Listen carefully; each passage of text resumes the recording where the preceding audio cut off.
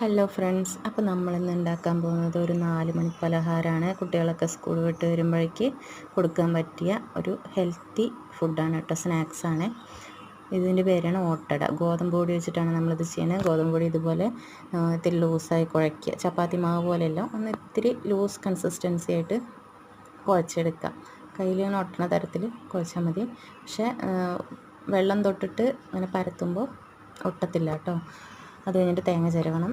തേങ്ങ, ശർക്കര, ഏലക്കായ, രണ്ടോ മൂന്നോ ഏലക്കായ കൂടി ചതച്ച് ചേർത്തിട്ട് നമുക്കത് മിക്സ് ചെയ്തെടുക്കണം. ഒരു തേങ്ങ ശർക്കര മിക്സാക്കിയിട്ട് എടുത്തിട്ട് നല്ലപോലെ മിക്സ് ചെയ്യാം.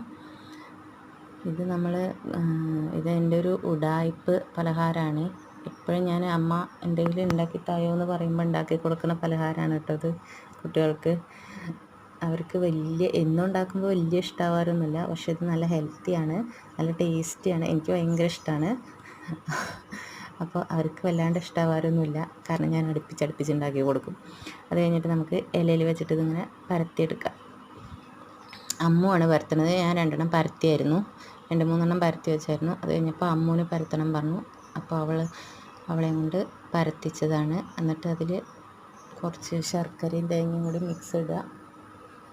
മിക്സ് ഇട്ടിട്ട് അടച്ച് വെച്ചിട്ട് നമ്മൾ ഒരു മൺചട്ടിയിലാണ് കേട്ടോ അത് ഉണ്ടാക്കുന്നത്. മൺചട്ടി എന്ന് പറയുമ്പോൾ ഇതൊരു പത്തിരി ചട്ടിയാണ് തോന്നുന്നുണ്ട്, പത്തിരിയൊക്കെ ഉണ്ടാക്കുന്നത്. പക്ഷേ ഞാൻ അങ്ങനെയൊന്നും പത്തിരിയൊന്നും ഉണ്ടാക്കാറില്ല. ഞാൻ ഈ ഒരു സംഭവം ഉണ്ടാക്കാറുണ്ട്. ഇതുപോലെ കരിഞ്ഞ് വരരുത്. കരിയുക പറഞ്ഞാൽ ഇതിൻ്റെ ഉള്ളിലൊന്നും സംഭവിച്ചിട്ടുണ്ടാവില്ല, പുറമെ മാത്രമേ കരിയുള്ളൂ. ഇതാണ് ഇതിൻ്റെ പാകം. ഇങ്ങനെ ഇല കരിഞ്ഞ് തുടങ്ങുന്നതാണ് ഇതിൻ്റെ ഒരു പാകമായിട്ട് വരുന്ന അവസ്ഥ. അപ്പോൾ നമ്മളിത് തുറന്ന് നോക്കുമ്പോൾ ഇതിൻ്റെ ഉള്ളിൽ വലിയ കുഴപ്പമൊന്നും ഉണ്ടാവില്ല, നന്നായി വെന്തിട്ടുണ്ടാവും. ഇല മാത്രമേ കരിഞ്ഞിട്ടുണ്ടാവൂ. അപ്പോൾ നമുക്ക് 4 മണിക്ക് നല്ല അടിപൊളി ഓട്ടടയും ചായയും കൂടി കുട്ടികൾക്ക് കൊടുക്കാം. എല്ലാവരും ഉണ്ടാക്കി നോക്കണേ.